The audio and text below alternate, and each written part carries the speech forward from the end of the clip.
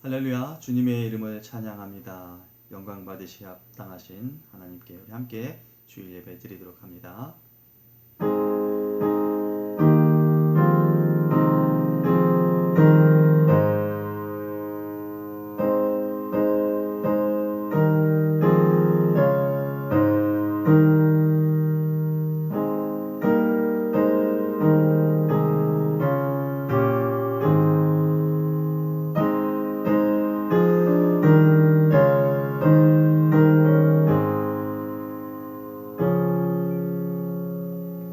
시온아, 여호와는 영원히 다스리시고 내 하나님은 대대로 통치하시리로다. 할렐루야, 아멘.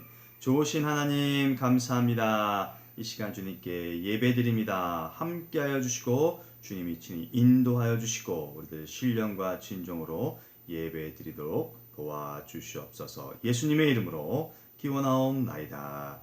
아멘. 이 시간 찬양 드릴 때에 새 찬송가 341장, 동일 찬송가 367장 찬양 드립니다.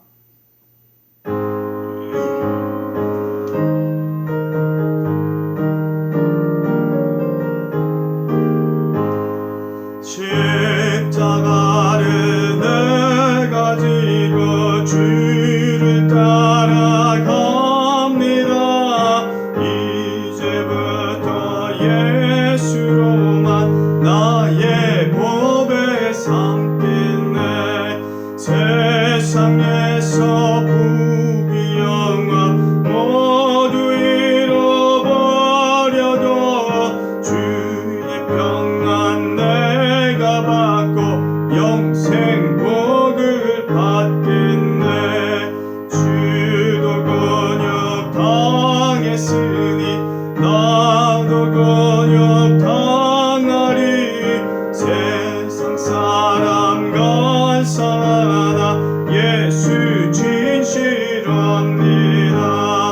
예수 나를 사랑하사 빛난 얼굴 보이면 원수들이 미워해도 염려할 것 없겠네. 내가 핍박당할 때에 주의 품에 안기고 세상 고초 당할수록 많은 위로 받겠네. 주가 주신 기쁨에 기뻐할 것 뭐냐. 주가 나를 사랑하니 기뻐할 것뿐일세. 아멘. 새 찬송가 200장, 동일 찬송가 235장 찬양 드리시면서 준비하신 예물 하나님께 드립니다.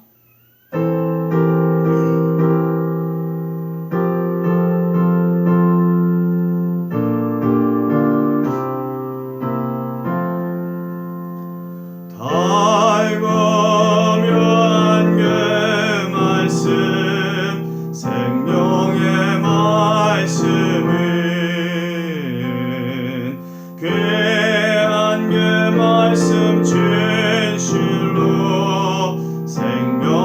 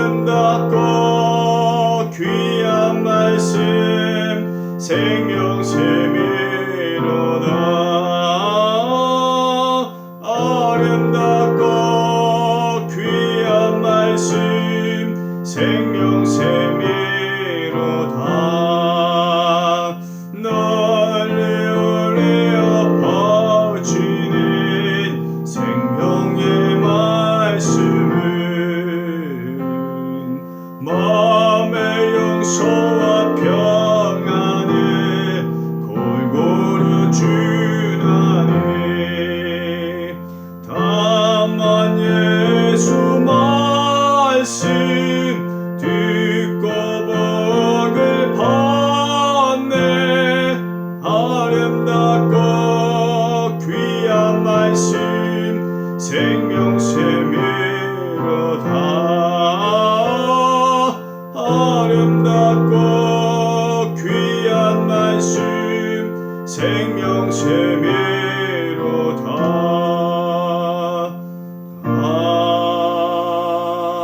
아멘. 기도합니다.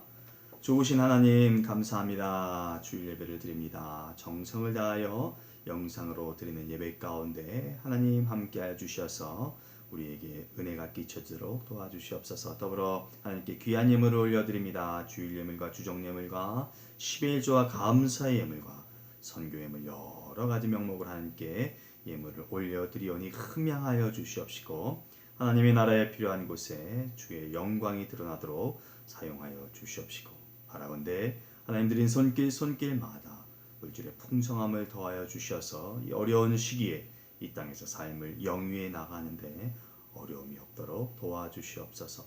육체의 건강도 함께 허락해 주시옵시고 갖고 있는 질고와 질병을 치유하시고 회복시켜 주셔서 하나님 전에 가기 전까지 하나님 강건함을 갖고 주어진 삶 잘 살아나갈 수 있도록 역사해 주시옵소서.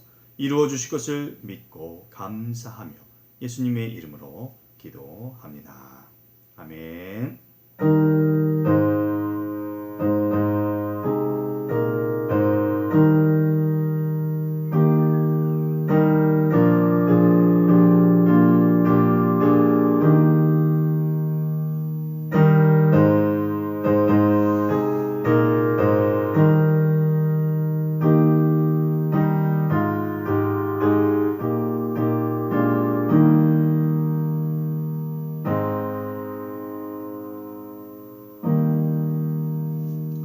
신약 성경에 기록된 오늘 우리에게 주신 하나님의 말씀은 마가복음 4장 1절로 9절까지의 말씀입니다.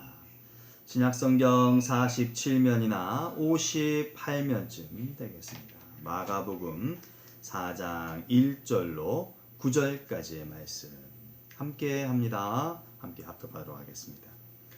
예수께서 다시 바닷가에서 가르치시니 큰 무리가 모여들거늘 예수께서 바다에 떠 있는 배에 올라 앉으시고 온 무리는 바닷가 육지에 있더라.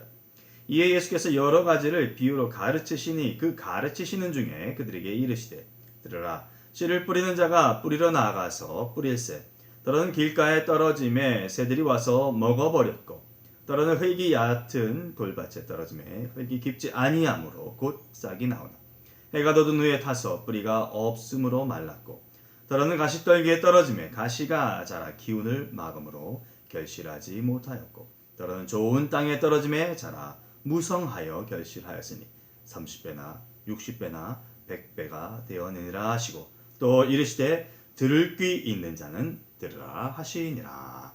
아멘. 하나님의 말씀입니다. 기도합니다. 좋으신 하나님 감사합니다. 생명의 말씀을 우리 가운데 허락하시고 말씀을 가까이 할 수 있도록 복나려 주시니 감사합니다. 말씀이 생애 가운데 역사되어지도록 주님 주장하시고 우리에게 순종을 더하여 주시옵소서. 이 시간 성령의 능력을 의지하며 말씀을 선포하고 함께 나눌 때에도 피차에게 합당한 은혜가 끼쳐지도록 성령 하나님께서 주장하여 주시옵소서. 예수님의 이름으로 기도합니다. 아멘.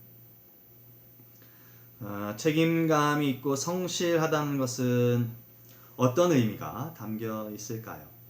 자신에게 주어진 그 무엇인가에 대해 정성스럽고 또 참되게 또 맡아서 해야 할 임무나 의무를 중히 여기는 마음을 갖는 것에 대한 평가, 그것이 아마 책임감, 성실일 것입니다.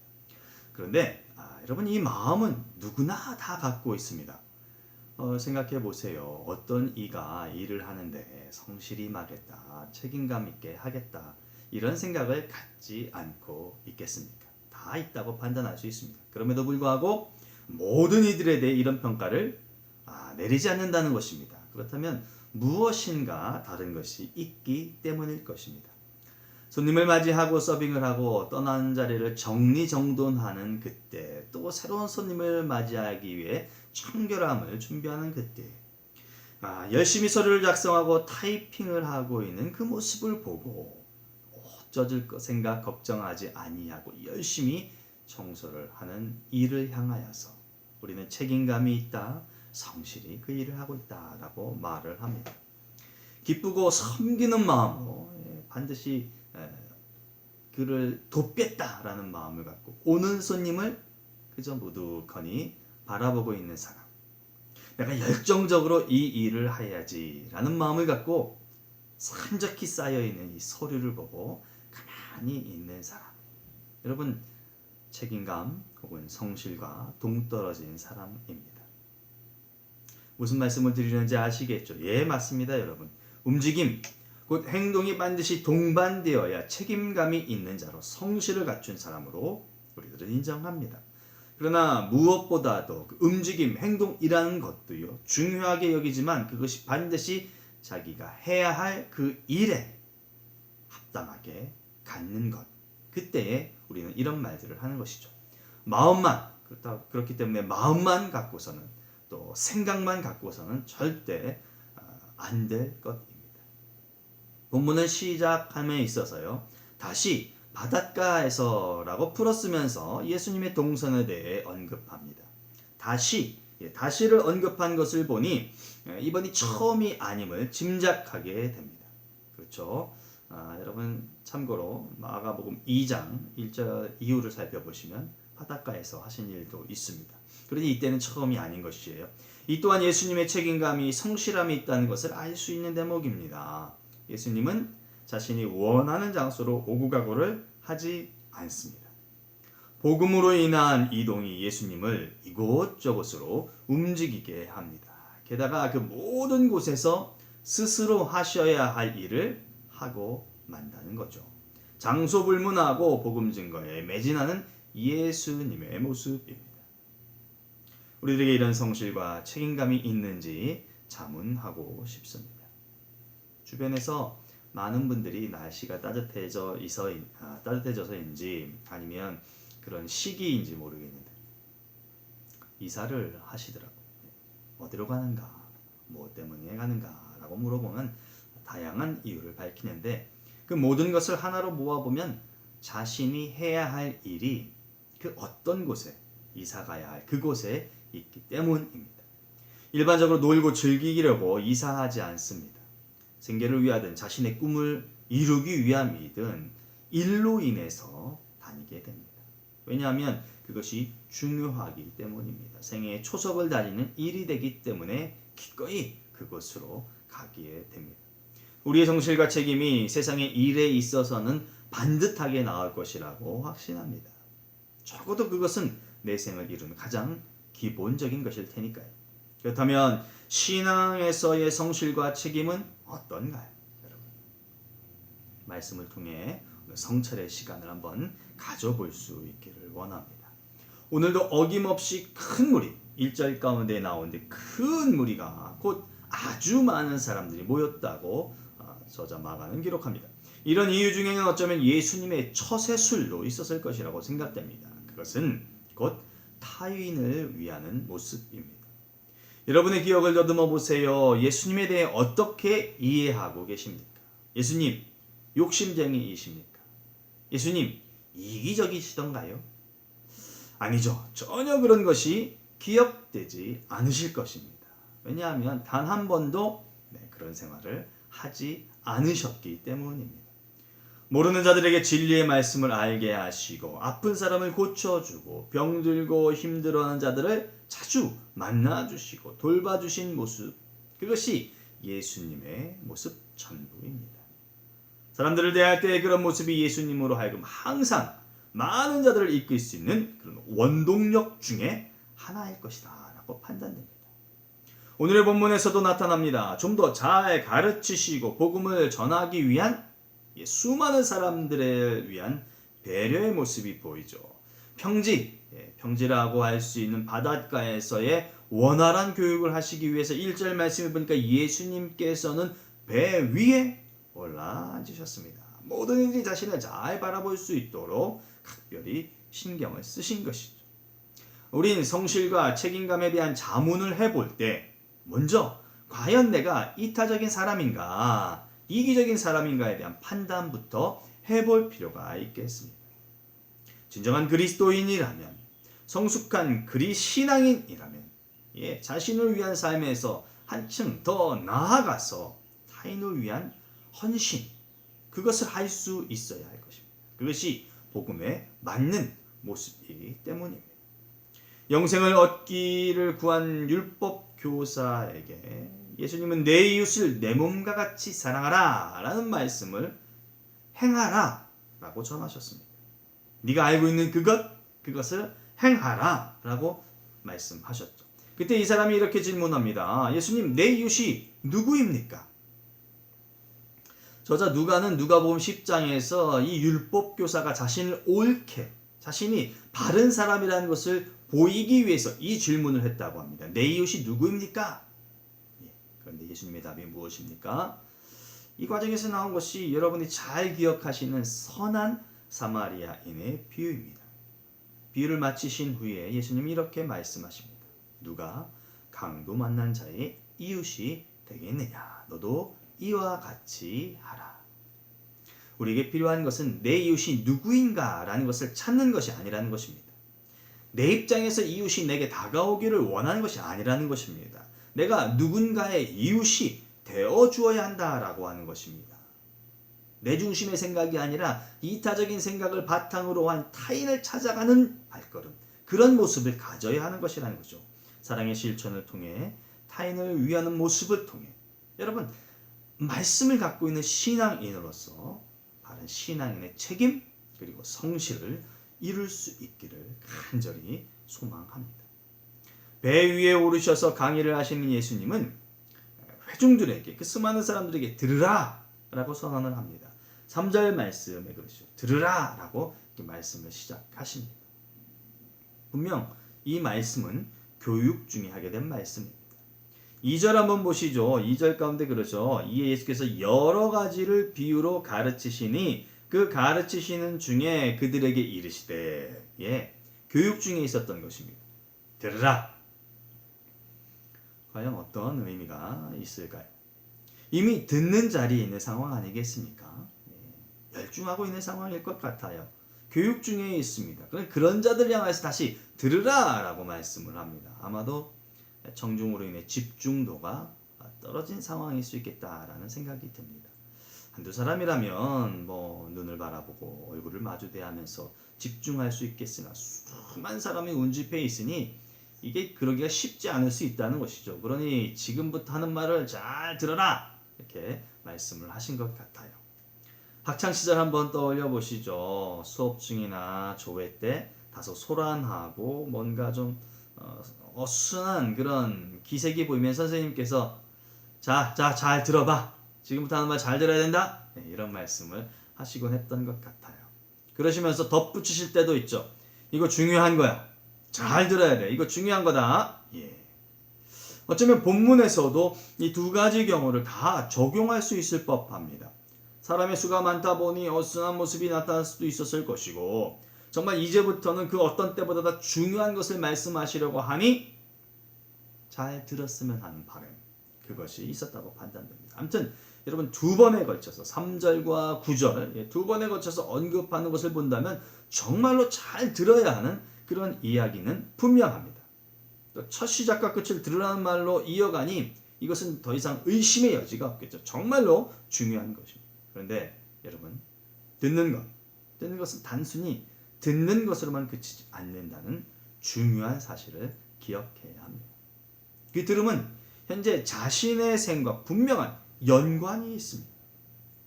학생이 잘 들어야 합니다. 왜 잘 들어야 합니까?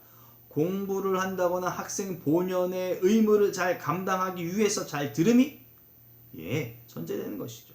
군인이 잘 들어야 함은 명령을 수행함에 있어서 작전이나 훈련의 성패와 지대한 연관이 있기 때문에, 관계가 있기 때문에 잘 들어야 하는 것입니다.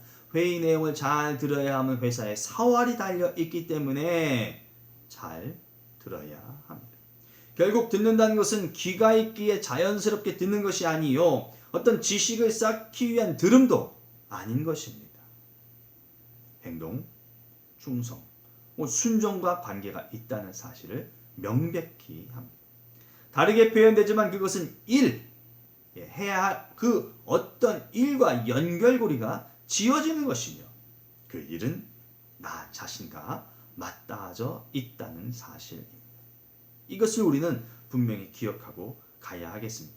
지금의 이 많은 사람들 분명히 복음으로 새로워져야 할 자들이며 그 복음을 자신의 삶에 뚜렷하게 깊이 있게 투영시켜야 할 자들이기 때문에 희미하게 들어서는 안 되겠다는 것이죠. 여러분 불분명하게 아리송하게 들어서는 절대 안 되기 때문에 들으라 반복하여 강조하십니다. 잘 들어야 할 비유 무엇입니까? 씨 뿌리는 자의 비유입니다.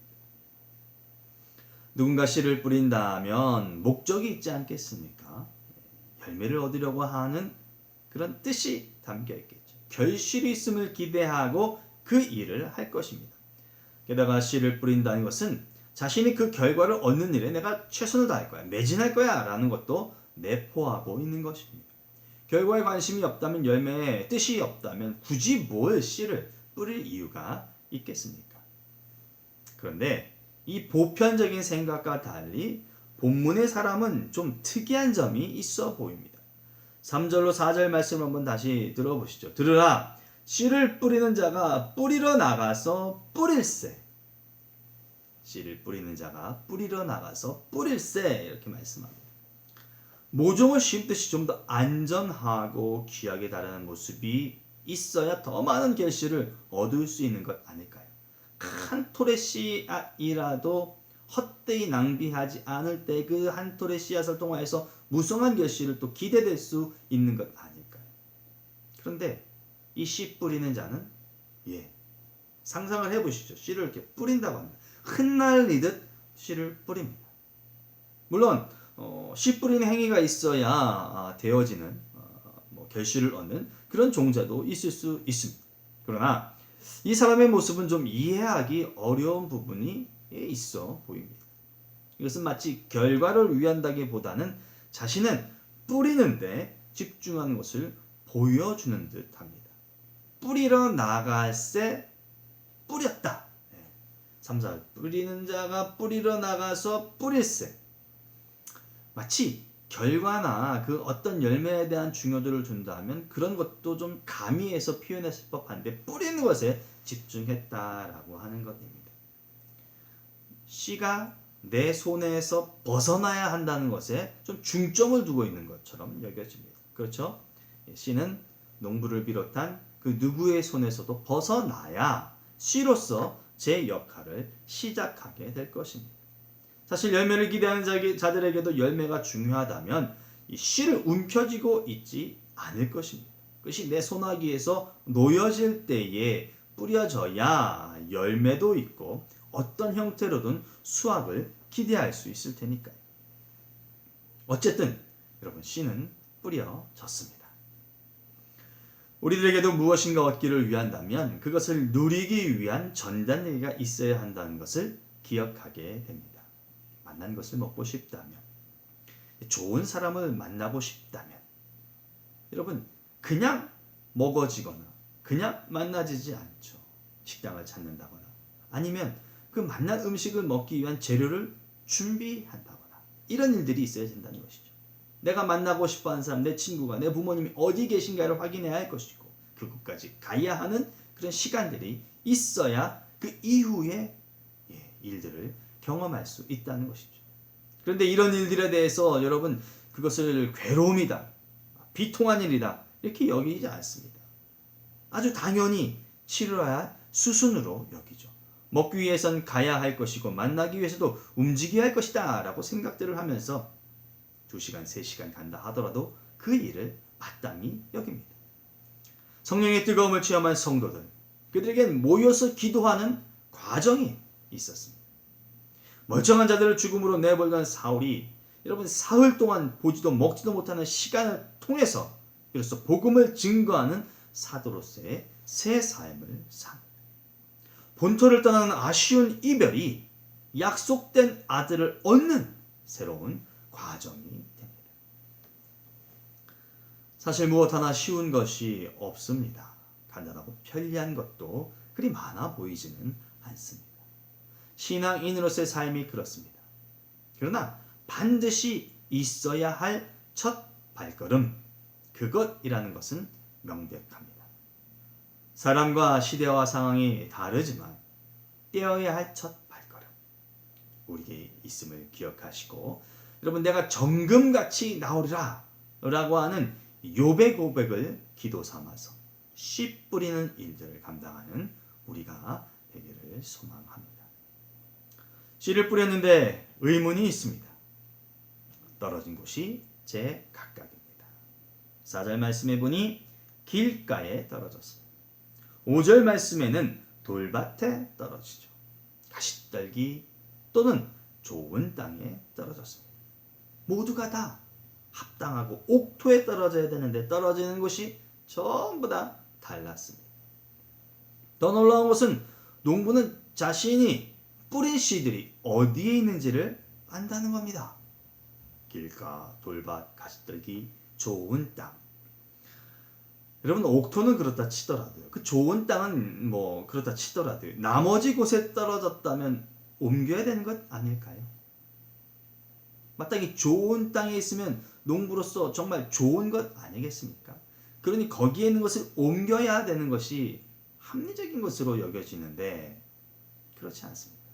어디에 떨어졌다는 것만 확인하죠. 참으로 야속하기 그지없는 일입니다. 여러분, 이 일로 씨앗의 입장에서는 더 어처구니 없는 그런 일을 경험하게 되는데, 뿌려진 씨들의 결과가 어떤지 역시 농부, 씨 뿌렸던 사람이 보고 있다는 것입니다. 모든 떨어진 씨들의 끝을 씨 뿌린 자들은 다 보고 그 끝이 어떻다는 것마저도 알게 됩니다. 씨가 무슨 실수가 있었겠습니까? 자기가 길가에 떨어졌겠습니까? 뿌려지게 가까이 그곳에 뿌려진 것인데, 실수라고 한다면, 잘못된 것이라고 말을 하고 지탄을 한다면 씨 뿌리는 자의 몫이 되어야 마땅한 일 아니겠습니까? 그런데 이 씨 뿌리는 자는 단순히 뿌리는 자로 본다. 이 사람이 모든 과정을 통틀어서 감당하는 사람이 아니라 씨를 뿌리는 것에만 집중하는 자로 본다면 그 사람이 실수한 거야, 그 사람이 잘못한 거야 라고 하는 것은 맞지 않는다는 것입니다. 여러분, 가끔 농산일을 보게 되면 씨 뿌리는 일을 하는 사람이 있습니다. 그리고 뿌려진 씨가 잘 뿌려졌는지, 뿌리를 잘 내렸는지를 살피고 잘 자라는 것을 돕는 사람, 살피는 자들이 있음. 그래서 하는 일들이 전부 다 다른 것이 있다는 사실을 보게 됩니다. 그런 입장에서 보면 이 사람은 씨를 뿌리는 일은 한 것이기에 그를 나무랄 수는 없는 것입니다. 그 씨를 일일이 찾아서 정상적인 곳으로 옮기지 않아도 당연시 할 수 있는 것이죠. 왜요? 뿌리는 일을 잘 감당했기 때문입니다. 게다가 모든 씨가 각각의 장소에 떨어진 게 아님도 보게 됩니다. 4절, 5절, 7절, 8절 말씀에 보면요, 더러는 이라고 합니다. 갖고 있는 씨 중에서 더러는 이라고 말을 합니다. 전부 모두가 길가에 떨어졌다, 돌밭에 떨어졌다, 가시떨기에 떨어졌다 라면 잘못 뿌렸다 라고 말을 할 수도 있겠죠. 뭔가 문제가 있음에 대해서 언급할 수도 있겠죠. 그런데 일부, 어쩌면 아주 작은 수의 그 씨앗들이 떨어졌을지도 모르겠습니다. 공동 번역은 더러는 어떤 것은 이라고 번역을 하고요. 현대인의 성경은 이 더러는 이라고 하는 표현을 어떤 씨는 이라고 번역을 합니다. 그러니까 모든 씨가 그렇게 된 것은 아니라는 사실이죠. 그런데 이 씨가 또 아주 상태가 좋은 것이다 라는 사실이 드러납니다. 8절 말씀 보시죠. 좋은 땅에 떨어짐에 자라 무성하여 결실하였으니 30배나 60배나 100배가 되었다. 무성하여 결실이 있는 씨, 무성하여 결실을 낼 수 있는 씨, 전혀 문제가 되지 않은 건강한 씨였음이 증명됩니다. 그러니 뿌린 자를 탓하거나 원망해도 눈 하나 깜짝하지 않을 수 있겠습니다. 적은 것이라도 기대 이상의 엄청난 수확을 했으니까요. 30배, 60배, 100배의 결실을 얻었으니 까짓것 길가 돌밭 가시떨기에 있는 씨들에 대해서 굳이 씨 뿌렸던 자에 대해서 비난을 하지 않을 수도 있겠다는 것입니다. 권정생 선생의 동화 중에 강아지 똥이 있습니다. 이 원작을 만화로도 만들기까지 했었는데요. 강아지 흰둥이가 똥을 쌉니다. 이 강아지 똥은 참새, 흙덩이, 어미닭에게 참 보잘것없고 쓸데없는 것이라고 하는 조롱과 비웃음을 삽니다. 또 이 강아지 똥은 흙덩이를 보면서 부러움을 갖고 자기 자신이 똥임에 대해서 슬픔을 갖고 있죠. 비관하고 있습니다. 여러분, 그러다가 민들레 씨를 만납니다. 그리고 자신이 꽃을 피우기 위해서 반드시 강아지 똥이 있어야 한다는 민들레 씨의 말을 듣고요. 밤새 내리는 비와 더불어 거름이 되어서 민들레 씨를 기어이 꽃으로 피우게 만듭니다. 씨가 뿌려졌습니다. 그런데 오직 한 곳에서만 큰 결실이 있었다는 것은 땅의 문제를 거론할 수밖에 없습니다. 좀 더 구체적인 문제점을 지적하자면 그 땅이 융화되지 못한 것, 씨를 품지 못한 것입니다. 길가, 돌밭, 가시떨기, 자신의 고유함을 가짐으로 인해 유기적인 관계를 맺지 못한 것입니다. 여러분, 그것으로 인해 새들이 먹어버리도록, 햇볕에 말라 죽도록, 가시기운에 휩쓸리도록 방치하게 된 것이 슬픈 결말을 맞이하게 됩니다. 강아지 똥이 자기 자신을 비관만 하고 민들레 씨의 요청을 받아들이지 않았다면 따로 각각의 생을 살아갔겠죠. 그러나 비관하면서까지도 기어이 그 말을 받아들여서 자기의 몸을 아낌없이 민들레 씨에 주었을 때에 아름다운 꽃을, 예쁜 꽃을 피울 수 있었던 것이죠. 결말이 달라지는 일을 만들고야만 것입니다.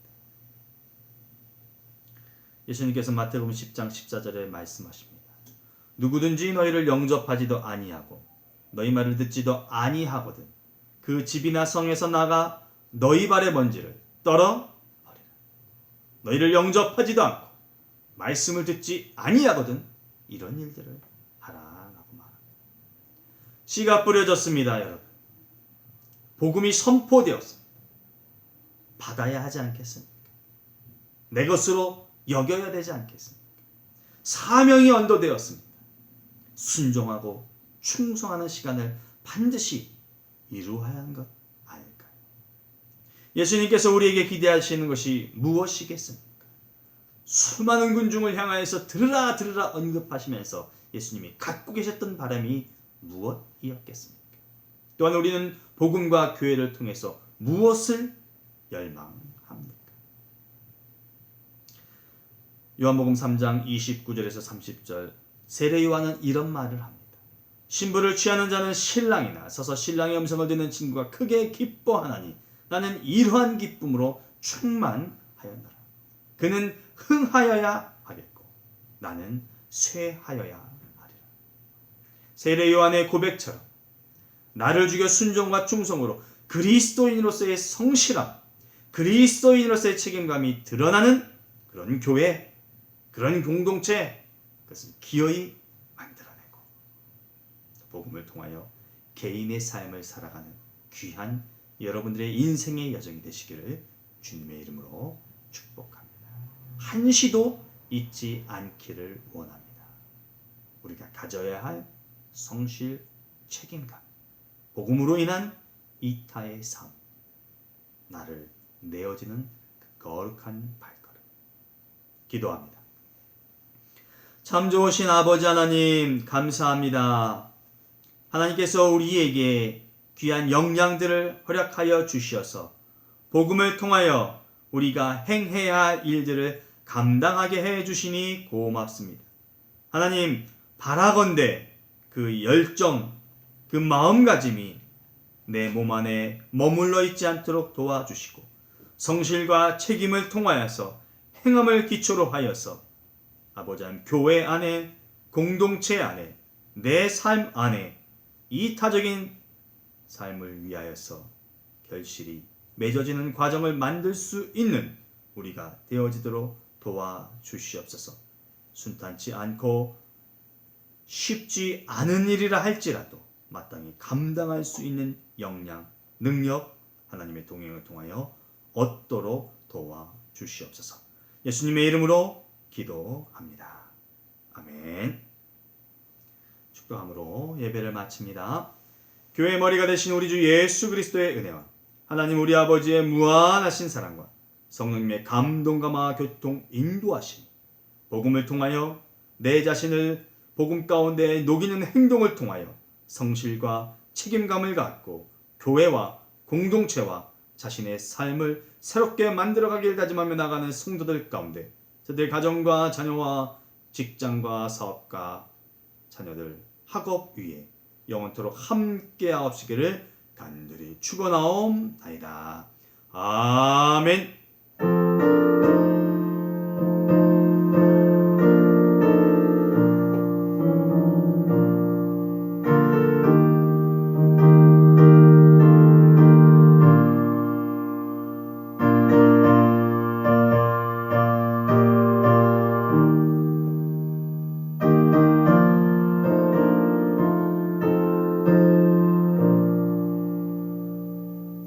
샬롬, 주님의 평안을 빕니다. 날씨가 많이 좋아졌어요. 여러분 안전에 유의하시면서 하루하루 생활하시고 기도와 말씀을 통해 승리하시는 여러분의 복된 삶이 되시기를 주님의 이름으로 축복합니다. 평안하세요. 샬롬.